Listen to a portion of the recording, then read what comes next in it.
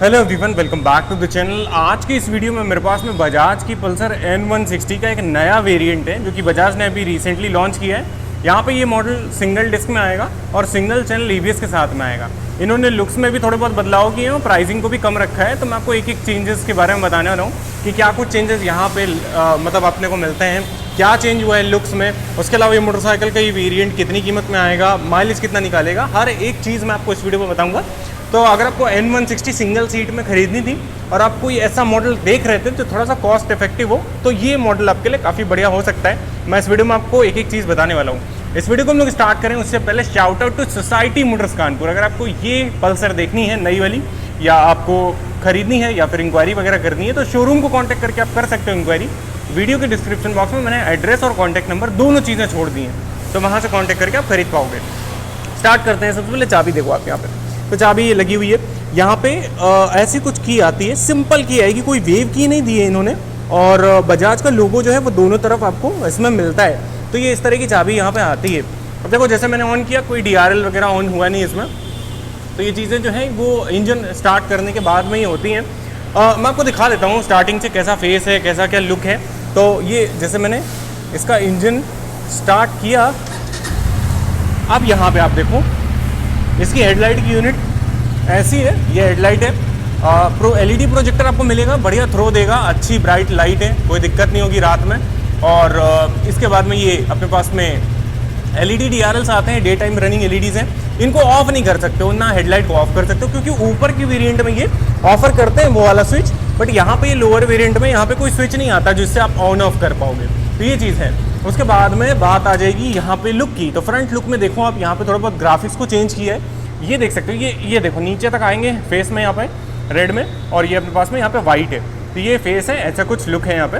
अब देखो ये थोड़ा सा पोलराइजिंग लग सकता है आपको, हो सकता है ना पसंद आए या उतना ज़्यादा समझ में ना आए, या मेच्योर डिज़ाइन, मतलब मेच्योर डिज़ाइन अगर आपको पसंद आते हैं तो ये आपको थोड़ा सा फंकी ज़रूर लग सकता है लुक में, बट इन जनरल काफ़ी बढ़िया ही है। उसके बाद में यहाँ पे इन्होंने चेंज किया है, इस वेरिएंट के साथ में ग्राफिक्स अलग आ जाएंगे। यहाँ पे किसी भी तरह की 160 की ब्रांडिंग नहीं आती जो बाकी वेरिएंट्स में आती है। तो ये ग्राफिक्स थोड़ा सा अलग किए हैं। यहाँ पे पल्सर का 3D बैज है, उसको भी सिल्वर रखा है, ना कि इसमें ब्लैक क्रोम चढ़ाया है। और यहाँ पे थोड़ा बहुत कार्बन फाइबर वाला ग्राफिक्स डाल दिया है। तो ये अपने पास में थोड़ा सा अलग ग्राफिक्स के साथ में आती है। इसकी कॉस्ट भी कम है, करीब 4,500 रुपये कम देना पड़ेगा आपको ऊपर के डबल डिस्क वाले वेरिएंट के कंपैरिजन में। और यहाँ पे अपने पास में 37 mm का USD सस्पेंशन आता है गोल्डन कलर में, जो कि फ्रंट एंड फील भी बढ़िया देगा और मोटरसाइकिल को प्रीमियमनेस भी ऐड करके देता है। तो ये चीज़ आपको यहाँ पे देखने को मिलेगी। फ्रंट फेस काफ़ी अच्छा है, दिखने में ओवरऑल सही है। मोटरसाइकिल डिसेंटली बड़ी भी है, 1358 mm का व्हील बेस है इस मोटरसाइकिल में, जो कि इसको डिसेंटली बड़ा भी बनाता है और ओवर साइज भी नहीं है मोटरसाइकिल कहीं से भी। तो ये ऑड नहीं लगती, कहीं से भी किसी पे भी सूट कर जाएगी आराम से। साइड के पैनल्स आप देख सकते हो, इनका लुक आप देखो, थोड़ा सा ग्राफिक्स यहाँ पे भी चेंज हुए हैं, डिज़ाइन वैसा ही है सेम।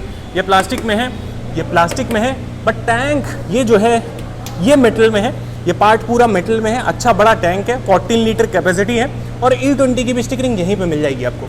तो ये चीज़ है। इन्होंने यहाँ का भी स्टिकर चेंज किया है, N160 का स्टिकर देखो, ये ग्राफिक्स देखो थोड़ा सा डिफरेंट है, जो कि बाकी मॉडल में आते हैं उनसे अलग ग्राफिक्स आपको यहाँ पे इस मॉडल में मिलने वाले हैं। तो ये चीज़ है कि इस मॉडल को लुक वाइज भी थोड़ा सा अलग कर दिया है। और उसके बाद में यहाँ पे जो चीज़ें आती हैं उनमें आप फेंडर देखोगे तो यहाँ पे इन्होंने इस मॉडल में ग्राफिक्स हटा दिए हैं। अब इसमें यहाँ पे फेंडर में कोई ग्राफिक्स नहीं आएंगे। यहाँ पे ब्लैक है, यहाँ पे मैट ब्लैक है, ग्लॉसी ब्लैक है, प्लास्टिक में है, अच्छी सॉफ्ट प्लास्टिक है। ABS सिंगल चैनल ही है, तो इसमें डुअल चैनल की ब्रांडिंग नहीं दिखेगी आपको। 300 mm की डिस्क डाल दी है और ABS डाल दिया है, और ग्रीमी का कैलिपर्स मतलब यहाँ पे दिए जाते हैं। बट जब पीछे आओगे ना तो ये चीज़ आपको नहीं दिखेगी, क्योंकि यहाँ पे इन्होंने डिस्क को हटा रखा है, डिस्क नहीं है यहाँ पे सिर्फ ये RLP सेंसर है जो कि आपको रियर लिफ्ट प्रोटेक्शन देता है। कोई भी ABS नहीं है, कोई भी यहाँ पे डिस्क नहीं है। तो ये सिंगल डिस्क वाला मॉडल है और इसी वजह से ये कॉस्ट इफेक्टिव है। मेन जो कॉस्ट इसमें बची है वो इसी में बची है। और उसके बाद इंजन की जब बात आती है, वहाँ पे इन्होंने कोई कॉस्ट कटिंग नहीं करी है। वही 164.8 cc का इंजन है, जो कि एयर कूल्ड है, फ्यूल इंजेक्टेड है, अपने पास ब्रांडिंग है, लोगो है बजाज का। और पावर की बात करोगे तो 15.6 bhp का ये अच्छा खासा पावर भी जनरेट करके देता है आपको। तो पावर में ऐसी कोई कमी फील नहीं होगी, चाहे शहर में चलाओ या फिर आप हाईवे पे लेके जाओ, आराम से आप चला सकते हो। टॉर्क की बात करोगे तो 14.6 न्यूटन मीटर्स का टॉर्क यहाँ पे आपको मिलता है इसके इंजन से। ये पावर फिगर्स हैं। अब यहाँ पे देखो थोड़ी थोड़ी चीज़ें हैं कुछ जहाँ पे कॉस्ट कटिंग देखने को मिलेगी। ये देख सकते हो ब्रेक वाला लीवर, ये इन्होंने पल्सर 150 वाला ही उठा के डाल दिया है, तो यहाँ पे भी थोड़ा बहुत कॉस्ट कटिंग देखने को मिलेगी। ऑल्सो जो ग्राफिक्स हैं वो मतलब ऊपर की वेरिएंट में क्वालिटी वाइज भी ज़्यादा बेटर देखने को मिलते हैं। ये चीज़ आप थोड़ा सा नोटिस करोगे जब आप इसको पास से देखोगे। यहाँ पे अपने पास में क्रैश गार्ड बड़े साइज़ का है, कोई दिक्कत नहीं, आराम से ये प्रोटेक्ट करेगा टैंक को मोटरसाइकिल के गिरने पे या साइड में कहीं झुकी तो। और यहीं पे हॉर्न आप देखोगे, कैटलिटिक कन्वर्टर की पोजीशन अच्छी जगह पे है और साथ में ये काउल देख सकते हो ग्राफिक्स के साथ में, ये भी ठीक ठाक डिज़ाइन के साथ में आता है। और देखो इस इंजन में मतलब ये इंजन बहुत ज़्यादा स्मूथ है, अच्छा पावर देता है। हालांकि 2V इंजन है ये, और उसके बाद भी इसमें बहुत बढ़िया पावर फील होती है और साथ में स्मूथनेस भी बहुत अच्छी है इस इंजन की। मैं आपको साउंड सुनाता हूँ इसका, तो आप साउंड से समझो कि कैसी क्या यहाँ पे आवाज़ है और कैसा क्या ये साउंड करेगा। तो ये सुनो आप,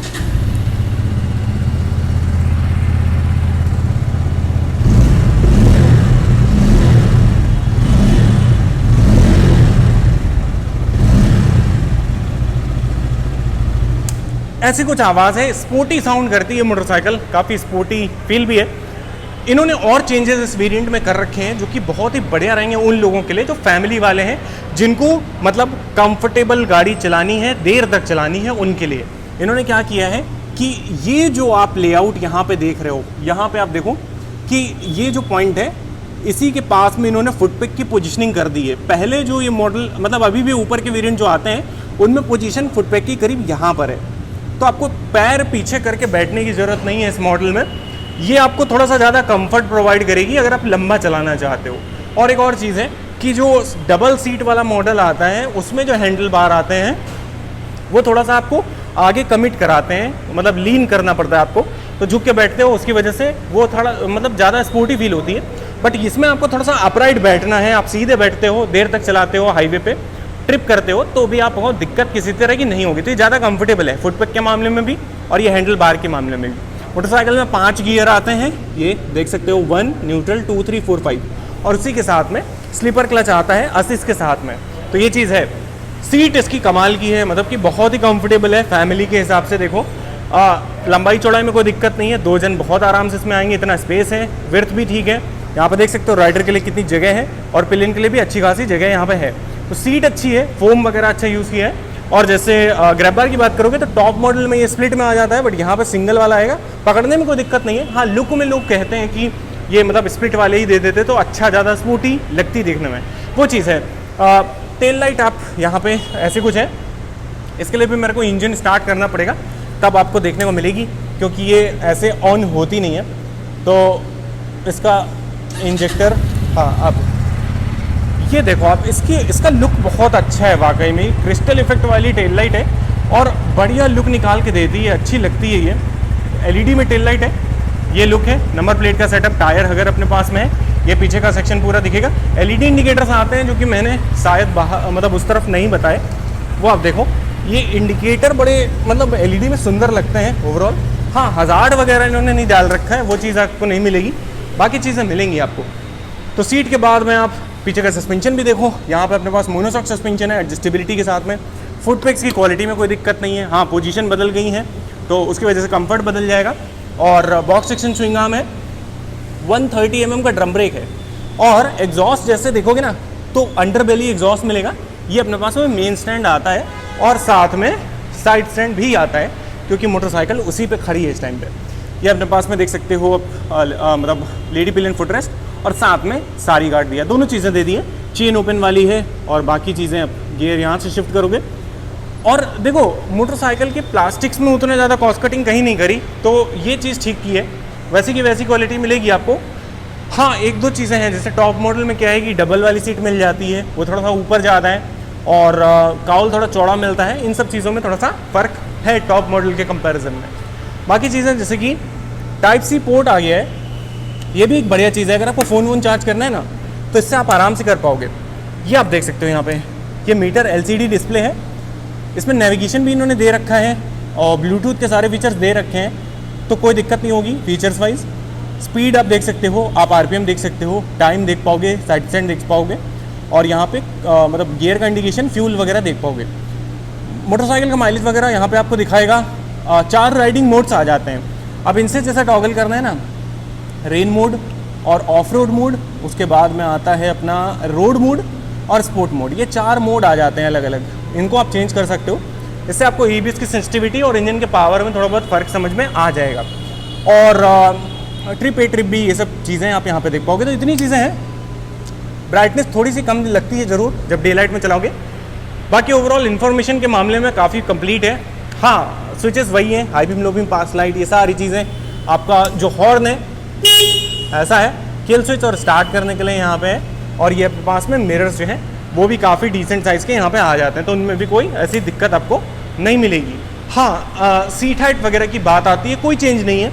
सेम 790 mm की सीट हाइट आती है। टॉप मॉडल जो आता है डबल सीट में, उसमें 5 mm सीट हाइट ज़्यादा है, बट यहाँ पे आपको 790 mm के साथ में मतलब 5-4 के भी हो ना, तो ये मोटरसाइकिल आराम से आप चला लोगे टिपटो करके।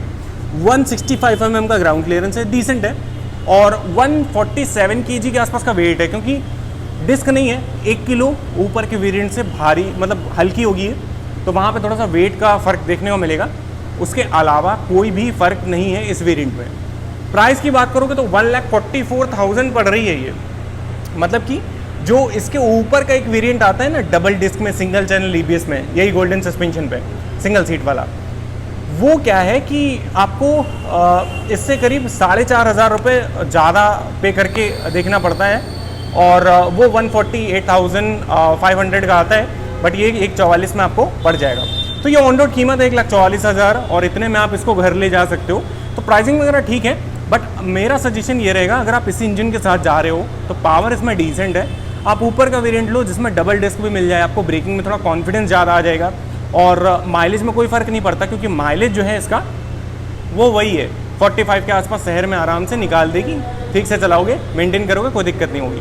टायर वगैरह वही है, एलॉय व्हील वही है, तो मेरे को उसमें बताने का कुछ नहीं है। 100 mm फ्रंट है, पीछे 130 है, और नॉन रेडियल टायर मिलते हैं दोनों में, और 17 इंच के व्हील पे आती है, और बाकी कोई चेंज हुआ नहीं है ऐसा। हाँ, ये वेरिएंट थोड़ा सा ज़्यादा कॉस्ट इफेक्टिव है। अगर आपको मतलब कम पैसे में ही खरीदना है N160, तो आप इसकी तरफ देख सकते हो। उसके अलावा अगर आपको थोड़ा सा 5,000-4,000 और दे सकते हो तो डबल डिस्क में आप जाओ, बढ़िया रहेगा, कॉन्फिडेंस भी ब्रेकिंग में ज़्यादा मिलेगा। ये चीज़ें मिलती हैं इस वेरिएंट के बारे में। और इसके मतलब इसके बारे में कुछ पूछना है, सवाल है कोई, कमेंट सेक्शन में लिख सकते हो। वीडियो में कुछ भी पसंद ना पसंद आया है, कोई डाउट रह गया हो, वो भी आप लिख सकते हो, कमेंट्स में पूछ सकते हो। आज का ये वीडियो यहीं तक रहेगा। I hope you like the video and thanks for watching.